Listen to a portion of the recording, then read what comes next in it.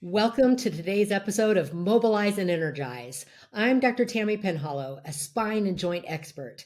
Today, we're joined by Colin Rigney, PT, DPT, a master in physical therapy and musculoskeletal ultrasound. In this episode, Colin and I will break down the ins and outs of tendinopathy, the stages of knee osteoarthritis, and when a musculoskeletal condition might require a surgical consultation. If you're looking to understand non-surgical treatment options and how to spot the signs early, you don't want to miss this. Let's dive in.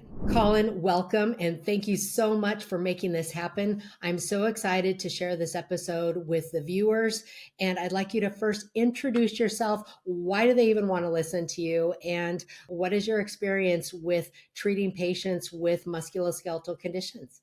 Thanks for the introduction, Tammy, and thanks for having me on.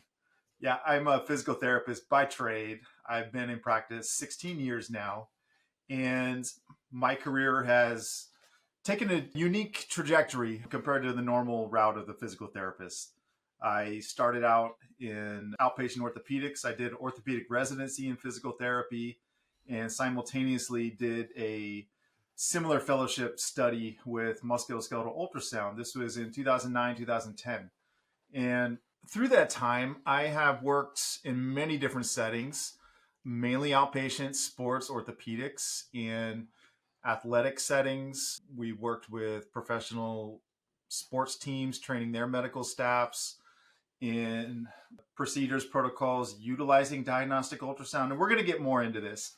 But in recent years, my career has transitioned into being that of more of an educator. And I feel like I can have more of an impact in a reach expansion by teaching others, people like yourself, other physical therapists, to utilize these things at the point of care level. There's so much we can do now in the non-surgical management of all these conditions, especially with knee pain.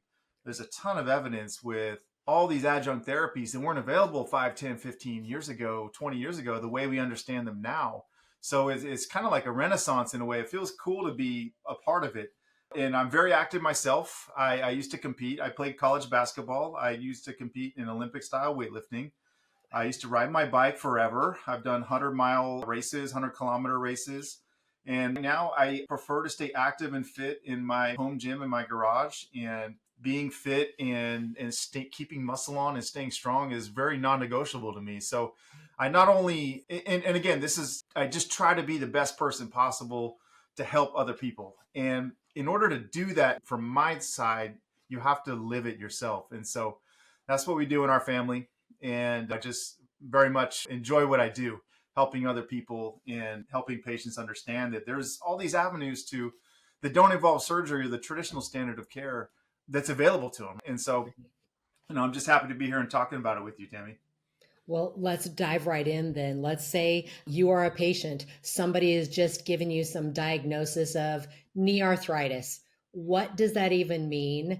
And I know oftentimes people hear that and they're thinking, oh my God, I need a knee replacement. Are you kidding me? But Yeah. really break it down on stages of osteoarthritis and what you might see because they're maybe told it's not time for that replacement, or maybe they are told it is. Kind of where from you walk a patient through that. That's good. We see it all the time. Patients coming in with a diagnosis, and that diagnosis starts to live in your head. I am this.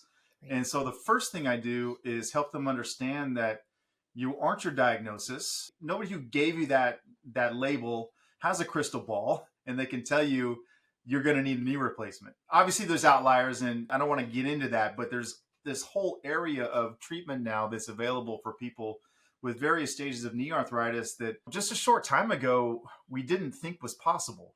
And so I help them first understand that you aren't your diagnosis, and then there are stages of this, and the stages don't always correlate with your symptoms.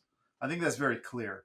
You can throw a rock and hit somebody on the street, and they're going to have probably the same stage of arthritis that you do, and they're not symptomatic. And so I want to help them understand that my job, my goal is to help you feel more like that person, not to radically change your anatomy. We're not going to reverse aging, but understand that help them. These are stages that are oftentimes normal changes, age appropriate changes. And let's just reverse engineer.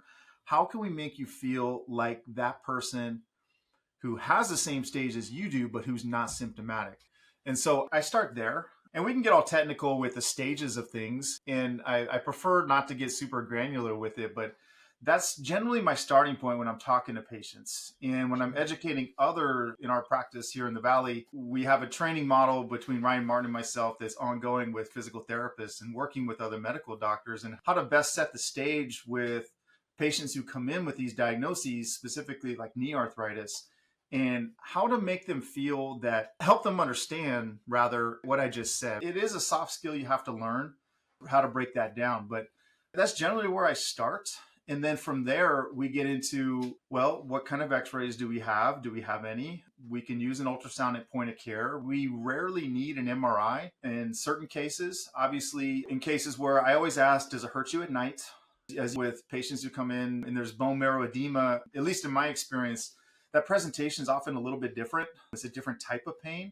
And we do need an MRI to give us a lens and an eye on that. And then the treatment options may vary a little bit. That's your venue. But all those things considered, we want to just collect all these data points. We don't rush to a diagnosis. We don't rush to an intervention recommendation. We want to help them first understand what they're going through, what their goals are, what they want to get back to, because that's going to help us tailor our recommendation to meet their needs. You mentioned a couple things that I think are important to swing back around to. You talked about number one, do they have knee pain at night? What's the significance of that? So the knee pain at night, I feel, is often associated with synovitis, meaning joint inflammation. Like if the joint is actively inflamed, there's a difference between having arthritis without high grade knee synovitis versus ones that do. Does it hurt to roll over at night? And it's part of our questionnaire. Whenever we ask patients, they come in with knee pain and we're suspecting arthritis, if they're in a certain age group, we have them fill out a questionnaire. And one of those questions is, do you have pain at night? Does it hurt to roll over in bed? Those two questions help us a lot with what they may be experiencing. So if they check yes to those, that's one thing to consider and certainly to rule out. Another one is the bone marrow edema side. And I think that presents a little bit different. That's not necessarily like pain at night, but more like some people, hey, my knee starts out fine during the day, but then as the day goes on, the more active I am, I notice like it's really talking to me. And by nighttime, it's like it's just raging. And at that point, you have to consider pain that's within the bone that you can't see with an ultrasound, and you might need an MRI to get a look at. But that's why I asked that question. Perfect. That leads into the other one about you ask about what kind of imaging may have already been done versus what kind of imaging is helpful. I've spoken a lot about, but we can touch upon for those who are maybe viewing for the first time, the benefit of something such as a weight bearing or standing x-ray versus laying statically in an MRI scanner versus a dynamic ultrasound, which obviously excel at. So just briefly from the 30,000 foot level, the benefit of having those weight bearing x-rays as it pertains to grading the arthritis. Yeah, we live life on our feet, and generally patients are coming in with functional difficulties, and that is noticed when they're on their feet. Obviously, gravity plays a role, and so the joint spaces we're dynamic beings, and you need to evaluate us in that dynamic setting. And so the sets of x-rays, at a minimum, the standing AP views and lateral views. And then the non-weight bearing view would be like for the patella, where the kneecap slides over the part of the thigh it travels over. But you got to have those standing x-rays because you want to see what gravity's doing to the joints. Agreed. Just person's just laying there. It's a totally different story. I'll join the model to show, but we've got, the knee here. I'm going to peel back the patella. Imagine if you're in bed and you're just laying down, it could have some gap as big as this. I'm totally exaggerating, but then you put weight on it and it's going to decrease that joint space, or specifically on one side because of some angles of the hip, the Q angles, the way, your hips then come down into your knees. There could be abnormal weighting on one side or the other side based on your gait and based on a whole bunch of other things, maybe prior injuries. So that's what you're talking about here. So I completely agree with that. Tell me the benefit. You mentioned dynamic, and that's what we talk about when we're talking dynamic ultrasound testing. What can you do with an ultrasound that can't be shown from this? Good question. With x-rays, we can see the bony structures, the bony outlines. You can see through the joints. Ultrasound, we're limited in that sense. We can see to the joint, but not through the joint. So ultrasound is sound waves, and the bone is so dense that the sound waves aren't able to penetrate it. So what we're looking for specifically, Tammy, with ultrasound is, I mentioned knee synovitis. It's a great tool to evaluate knee synovitis. There's multiple recesses in the knee, little gaps and valleys where fluid likes to accumulate and joint tissues accumulate. And so we could put what's called a Doppler on there. And the Doppler will help us identify if there's any metabolic activity, if there's any inflammation or flow where there shouldn't be flow.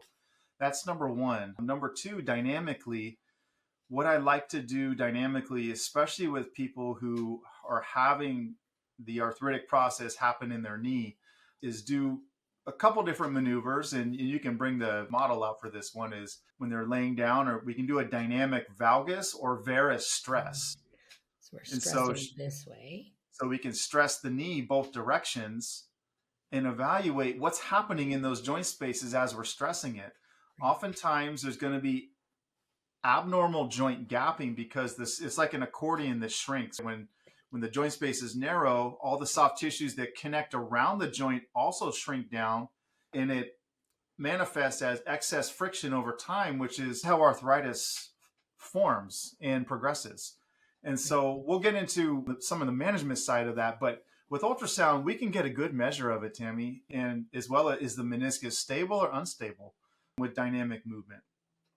Okay. Rarely do we need to get an MRI to diagnose the level of meniscus tear in an arthritic knee. Only if there's maybe some specific features like blocked from movement, or it's catching at a certain movement and the knee locks or something like that. Maybe we want to get a separate set of eyes with an MRI on it. But with the ultrasound, we can have a very good idea of, through that dynamic movement, evaluate the stability of the meniscus, get a suspicion if we think there is a tear, because you can usually see those on the arthritic knees, and get an eye on the synovitis that may or may not be happening in the knee, the joint inflammation side of things.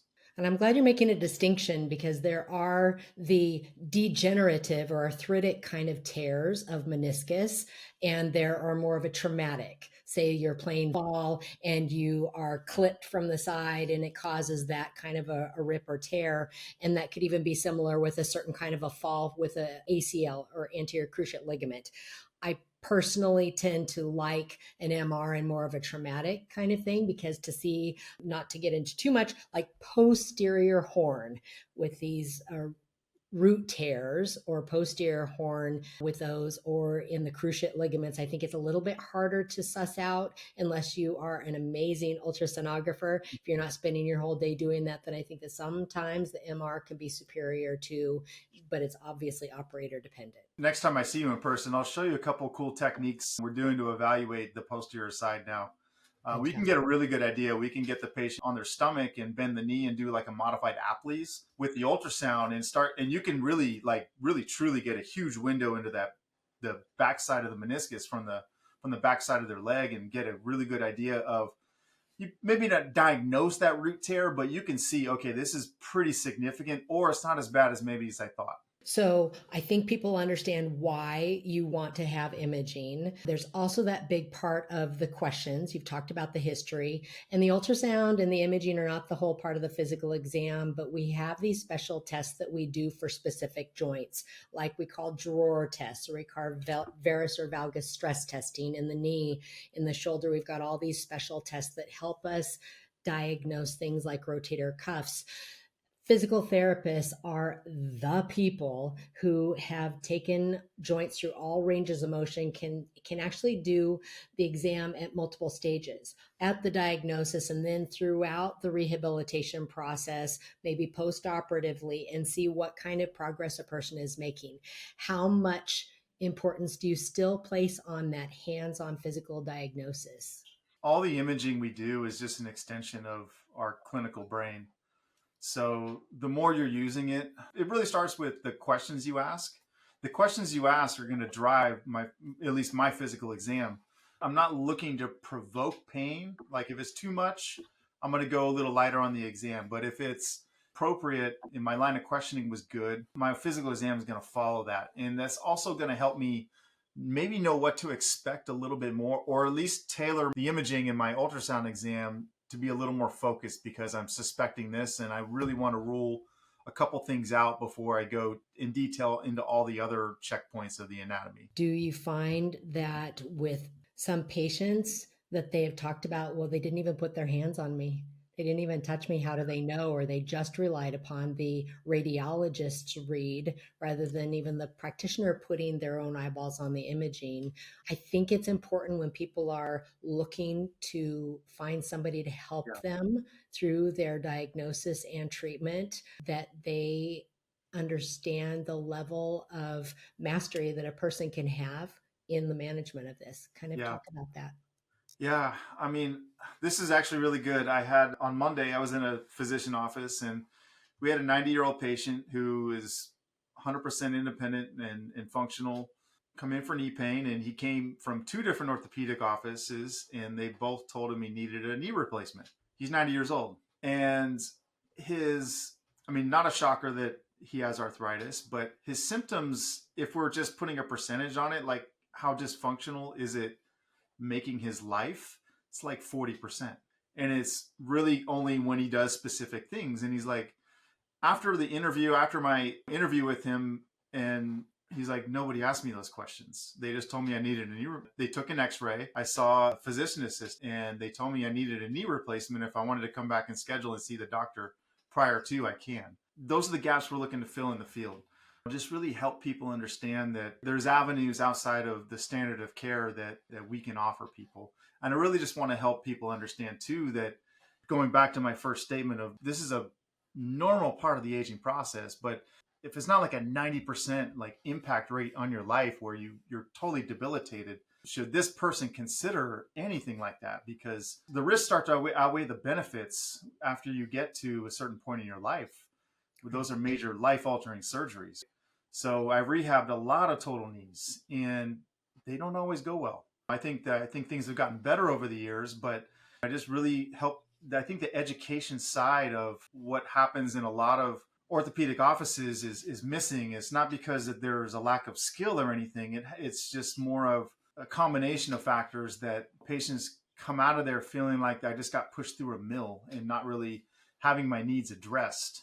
Yeah, you talk about risk versus benefit. And as an anesthesiologist, I still do Yeah. anesthesia for things like total knees or total hips or total name the joint.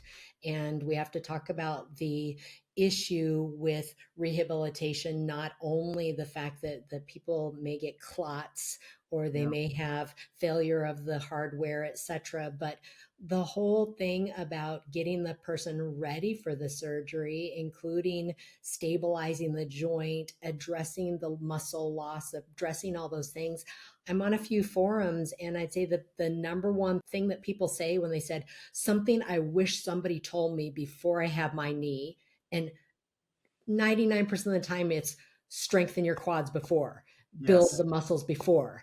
And they Yes. all would say that. They'd scream it from the rooftops to anybody even considering having a knee replaced. So I completely agree with that. I'm all about prehab, and I focus on that even before using orthobiologics, meaning cell therapy, platelet-rich plasma, bone marrow aspirate, etc. So there's a huge, huge deal with that. I have my take on it, but I want your take on it on terms of if you could paint the ideal picture of getting somebody ready for a joint replacement, and or this can cross right over into saying, wow, maybe if we do this, they don't even need the joint replacement. Talk to me from the physical therapy standpoint about that. Sure. Two things there. How do we prep somebody for it? And then maybe how do we help them avoid it? Let's say somebody's committed to it and they need it. And they come to me and we're, I don't know, ideally it would be 8 to 10 weeks out. The things I would focus on are, first of all, I got to figure out what they can't do, because that's the biggest challenge when somebody comes in with end stage arthritis who is a knee replacement candidate, is the limitations in their life have gotten, the bad days have outweighed the good days in such a way that this really is their best option. And you're limited to just a small number of things they can do without really setting them back. And I think it's Voltaire who has the quote of the art of medicine is entertaining the patient while the while the recovery is able to take place. And so how do you keep them entertained and keep it useful and functional when they're in this state of quite a bit of limitation? A couple things I've been able to do, like my formula is, this is my formula, so take it for what it is. Walking backwards is probably the single best thing they can do, because what do you do when you walk backwards? The gait cycle is the same. The knee, hip, ankle angles or range angles are all the same, but you limited a lot of the mechanics that are provoking pain simply by just turning them around and walking backwards. So first of all, can we safely find a place for somebody to do that? Usually if it's in a therapy office, we have bungee cords and dense bands. And I just put a timer on and say 10, 15 minutes, you're going to just walk backwards against this resistance. And most people on the first time don't last more than 3 or 4 minutes because their quads are just on fire and there's no pain with it. In very rare circumstances is somebody able to do it secondary to pain from knee arthritis. So that's my first go-to. I'm not a huge fan of things like straight leg raises because of the compression it puts on the kneecap. I like to go to standing tibial raises where you lean back against the wall and then lift your toes up and go to failure with that. And so you can't do too many reps of that. And when you do that, you make the knee lock and you're actually using the quads at end range to facilitate a full ankle dorsiflexion, dorsiflexion is when you bring your toes up towards the ceiling if you're standing on the ground. And most people are significantly weak in that muscle compartment. And the gait cycle, if you watch somebody walk who has knee arthritis, their dorsiflexion is maybe 8 degrees when it should be closer to 15 or 20. And those mechanics over time add to the progression of knee arthritis. So getting them on a bike is the third thing. Generally, I like to not just have somebody cruise, but have it be focused and interval based. They'll go a little bit go in percentages, like 60% for a few minutes, then go 80% for 1 minute, and then drop it down to 50%. And they go back to 90% for a minute, then come back down. Whatever that 90% is for them. And it's totally tailored to the person. Those are my 3 go-tos. Now, there's more we can sprinkle in. Quads are major because that's one of the structures that gets violated when somebody has a joint replacement and a knee replacement. There's a handful of other things I like to do as well. I like activating the glutes, the gluteus maximus, the gluteus medius, the hips, the muscles that stabilize the hips in ways that aren't going to provoke that patient's knee pain. They might vary between each person. That's where it gets more individualized. And so after my top 3, that's when it really gets varied depending on that person's situation. So I hope that made some sense the way I described Absolutely. Every person is different. Everything's going to be different. Does this person already have also maybe some hip osteoarthritis? Have they already had a hip replacement? Do they have glute medius and minimus are completely weak because they sit all day and they've got that very kind of rotated out at a seated position? Everybody's different. And I completely agree with that individualized approach. I think we could easily tie this into something more of a preventive as well, because maybe they have a grade 1 or a grade 2, more of that mild, and we're starting to cross into the medial minimum, aspect of grading the osteoarthritis. But they also have weak abductors of the hip. They've got some change in their Q angle, very wide hips, and they're finding that it's more of a medial or inside of the knee osteoarthritis. So this is where we might be able to say, time out, let's stop the progression. We can also use prehabilitation or prevention rehabilitation to help you from going on towards that osteoarthritis in the grade 2 into 3, 3 into 4, and now you're in stage. So do you have a different prescription for that? Oh, absolutely. This is my favorite one because they're not so debilitated that we're limited in what we can do as far as exercise selection. It's always the first thing. I just find things that I can't do with them. First, identify what I can't do. And then that will allow me to now, okay, let's dig into the bag of things that we can do. I'm big into squats, different ways to do squats, basically, and I'll change it up. This doesn't mean putting a bar on your back and doing heavy weights. If that's your goal, we can certainly work with that. But everybody has to get up and down off the toilet, off the chair. That's squatting. And I think that it's a lost mechanic as we age. And if you can just teach somebody how to optimize the way they move and squat, you optimize hip and knee function as well. And so I will generally prescribe 3 or 4 different variations of squats in somebody's program in this avatar of that you described, the stage of arthritis that they're in. I will also do some endurance things because my experience with training like hip weakness is it's very hard to train them out of hip weakness simply by doing like 30 or 40 reps of something as part of a program. There has to be an endurance component to it. And so I like to do what's called hip marches. And there's different ways you can do these, but the most basic way, if I just had bands in a clinic, is I would put bands on not around the ankles, but around like the soles of the feet and put a timer on, is have them march against that band for 1, 2, 3 minutes until their hips fatigue. And most people feel it on the outside of the hips. That's where your gluteus medius is. And the gluteus medius is actually one of the main stabilizers of the femur. And if we can optimize the way the femur rotates, you're going to have the downstream effect of what goes on at the knee. And so that's where there's all this emphasis on glute strength when it comes to knee pain. It's like, yes, why are you having me do all these glute exercises when it's my knee that hurts? And you have to explain to them, okay, so your hip rotates too. When the hip rotates in a certain way, it impacts the way the knee functions.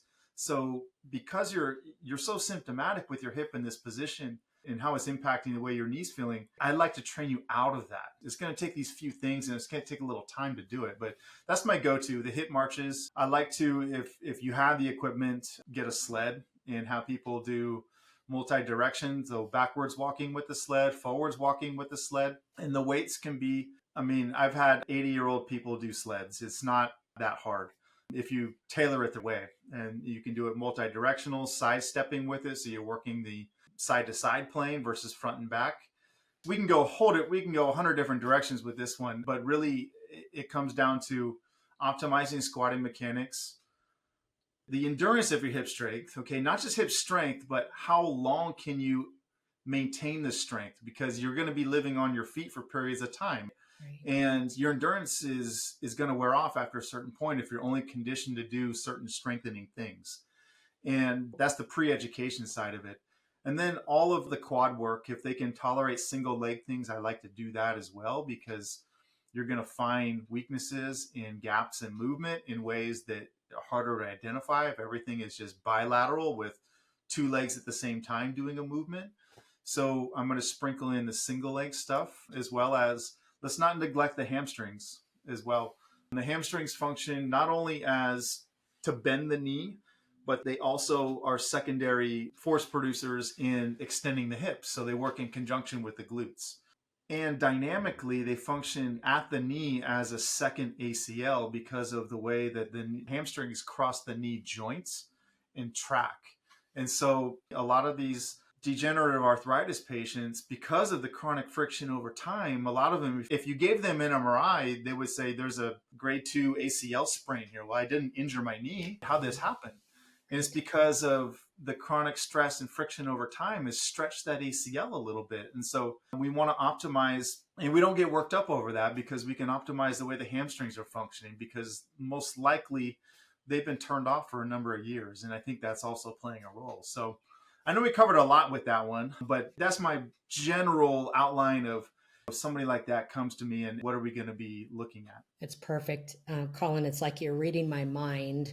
Oftentimes in the population where a person has, say, a degenerative meniscal tear, or there have been some findings of more of that ACL thing, often see more of a hamstring tendinopathy.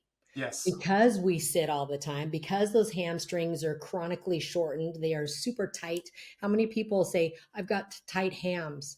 Just about everybody I ever ask will say, I've got super tight hams. So we end up getting a pes anserine bursitis, or we end up getting some kind of a bursitis or a tendinopathy. I think this would be a perfect time to transition into tendinopathy and how it can even be related to knee pain, either with or without osteoarthritis. Is that a good time to transition? Let's do it. Let's do it. Okay.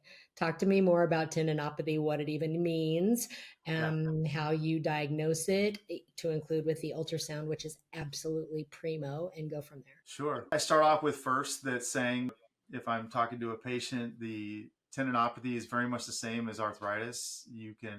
There are so many people that have tendinopathy who don't have symptoms. And my goal is to make you feel more like them. That's first off. And then if they're really symptomatic, you have to find the range that they're symptomatic in. What positions make it better, what makes it worse? Because it's going to be a little bit different for everybody. Now there's certain like patterns that everybody has, but I've learned to never trust and just assume. And so if it's quad or patellar tendinopathy, so where the quadriceps meets the kneecap, there's a big tendon there. Generally in the arthritic population, more people tend to have quadriceps tendinopathy. And so that's on the more proximal part or the upper side of the kneecap. And so they'll have often point tenderness there in conjunction with knee arthritis. Or if somebody's really active, maybe they have knee arthritis, it's not symptomatic, but that's where their tendinopathy is. And so the best way to diagnose tendinopathy is with an ultrasound. I think it's not even close. MRI can certainly diagnose it, but it's a little like taking a bazooka to a knife fight. It's a little more than what you need to diagnose it. Whereas the ultrasound, you're going to get a better image and view. The resolution is going to be 4K compared to 2 or 3K with an MRI, and really giving us the details on not just that there is tendinopathy, but how to grade it and the severity of it, because that's going to dictate what kind of interventions are we going to be doing with this patient. And so that's the go-to for me. Oftentimes with tendinopathy, there's grades of it, there's stages of it. And most people generally don't come to us with acute tendinitis. I've maybe seen, Tammy, 5 my whole career. Generally, when people come in to see the doctor, they're coming in because the problem is bothering them for a few months now. And at that stage, it's become more chronic. And when it's become chronic, it's easier to see with an ultrasound. And like I said, that's going to drive whatever we're finding the severity on the spectrum of that level of tendinopathy is going to drive what our recommendations are. So as a rehab technique, my go-tos for tendinopathy are to have people focus on what's called eccentric movement training. And there's a lot of evidence-based research and everything's been done. I personally have rehabbed myself from numerous tendinopathies, focusing on the eccentric part of the movement. So like if we're talking about squatting, eccentric part of the movement is when you're lowering yourself down. And the concentric part is when you're standing up. And that's just for the squat. That's my go-to, whatever we're talking about. So if we're talking about the quad or patella, that's where I'll usually start. Now, with today, the ability of having all these adjunct therapies like PRP and shockwave and laser, I generally tell people that, because I work hand in hand with physicians like yourself who have these in their toolkit, we could probably get you better with physical therapy. But let's say the spectrum of tendinopathy is like moderate to severe in nature. And it's a matter of how long do you want to spend in therapy versus, I think we can speed up this timeline if I introduce you to my friend Tammy, who has this set of skills that you're a candidate for. And I want you to talk to her about what those options can look like to help you heal faster as you're working in therapy with me. And so that's generally the conversation I have. You've seen it, but for us, the combination of using these tools with the rehab is just a force multiplier in a way that we weren't doing this 10, 20 years ago. Yeah. And so just being able to have it available for these patients is so great. And tendinopathy, again, we can do a whole talk on just tendinopathy alone. But I hope that covered some ground for you. That made some sense. I think it does, because a lot of people do have things that are stacked on top of each other. They've got some osteoarthritis, they've got some tendinopathy, they're still active, they're not at that end stage disease process. Mm-hmm. They may have a tear, not a complete tear of a meniscus, for example, or a medial collateral ligament sprain plus some tendinopathy. And when we look at unpacking how you treat that and the multiple layers of treating it's 1 + 1 can equal 4 when we add in things like shockwave and PRP and then rehabilitation. And typically I'm not a 1, 2, 3 punch, everything's going on at the same time. It's a kind of, let's start with this, then we're going to add in this, then right after PRP? Are you right back Yep. into shock that same day? Not for me. Am I right back into No, PT that same day? Not right. for me. But we've got it along this program, and it really is neat to see everybody has a little bit of a different protocol, but in general, that this additive compounding and increased return on this is getting people back to the activities they love faster. I like how you said that because it's not always a cut and dry formula of how you're going to offer something. And no, we shouldn't do shockwave like the same week as PRP. How to space it out is going to vary depending on the person. Let's also not neglect the sleep and nutrition. Those are things that are massive. I mean, those are free. And often people, we know this and people know it too. They're not optimizing there. And if you can optimize your diet, your nutrition, and your sleep patterns, you're going to set your body up holistically for it's like treating the roots as well as plant. If you can Right. optimize those health flows, whatever we can offer as healthcare professionals is going to even have a better effect. It's like I planted you and you're speaking my language. People kind of look at me like, you mean you didn't meet me today and we're going to do the PRP tomorrow? Like you're not ready. Bleeding, pro-inflammatory. We're in a catabolic or breakdown state. We're not anabolic or building. And when we're doing this, we need those building blocks: protein, protein, protein, but Yes. also the water, the Yes. energy source, which is the carbs, the vitamins, the minerals. All those things play a part in nutrition. So thank you for touching on that. We won't dive into it big time in this one, but I completely agree. There are things that are part of that. And I actually have a protocol for starting right before we do the cell therapy. It may be even a month if you're eating really like crap. Honestly, we've got to Yeah. break that crap cycle so they're not putting inflamed cells into an inflamed joint. And it will continue on into your rehabilitation process. And I'll just give a story, an example. Person can have the best blood draw, the most perfect ultrasound delivery of the cells that you believe is the right concentration and at the right magnification of a baseline. And if you're not eating right, then those cells aren't going to have the ability to do what you're supposed to do. If you're only eating 20, 30 grams of protein a day and you're a 175-pound man, your body has it's like not in a condition that it can then build. It can't take those growth factors, no matter how well that you've concentrated them and put them precisely where they need to go. Yeah. It can't do anything with them because your body's basically starving. There's no reserves. Yeah. Zero. Yeah. So thank you so much for mentioning that. Absolutely. Tell me more about the tendinopathy and surgery, because we're talking about maybe keeping people out of surgery. Is there ever a time that you see tendinopathy requiring surgery? Very rarely. Yeah. I mean, if I were to say at least 95% of the time, no. Full and retracted tear, that's a That's different. totally different story. If and it's easy because we've got arms right here. I'm not gonna pull up my pant leg right now, but we can just even talk about the biceps, for example. And if you have a full and retracted tear and all of a sudden the bulk of that muscle sitting up here because it's not connected down here in the elbow anymore, that's a different story. Totally different story. You're not looking at a diagnosis of tendinopathy at that point. Correct. There's a tear in the. So the difference in tendinopathy versus tearing is tendinopathy is a disorganization of fibers, but those fibers are still connected.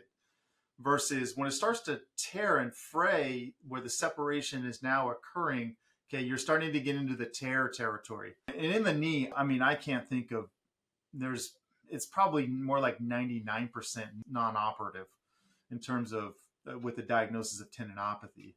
In other areas, there's a little more nuance with the tennis elbow and a few other places. It's just a different structure there. So I think that's a separate conversation. But with respect to the knee, with all the tools we have now, there's place for it. If it's more than 50%, up to 70% torn, I think that full informed consent should have you have that discussion with the patient about that as an option at that point, but only unless we get to that point. So we wanted to kind of focus on that non-operative aspect of things. So we've touched on nutrition, we've touched on rehabilitation, prehabilitation, prevention with regard to the physical realm. Mhm. We've talked about using the body's own cells a little bit and staying out of the operating room that way. I want to circle back around to that in this very specific time. You early on talked about bone marrow edema, and that's something Mhm. that I do rely on the MRI for. And I'll just briefly show what bone marrow we're talking about with a model again. We're talking about in the actual bone, the femur itself. You'll get it down into this region here, or you'll get it at the tibia, the lower bone of the body.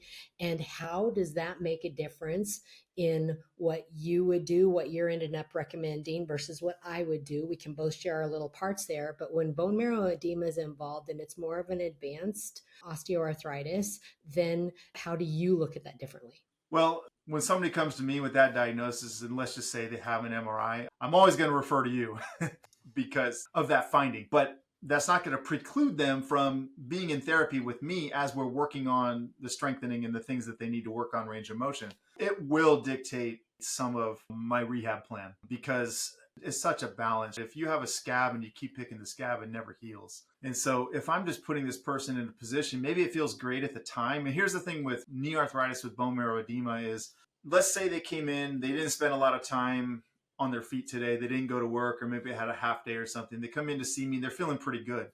And so I push it a little bit because they're feeling good. The next day I see them, they're like, that was bad.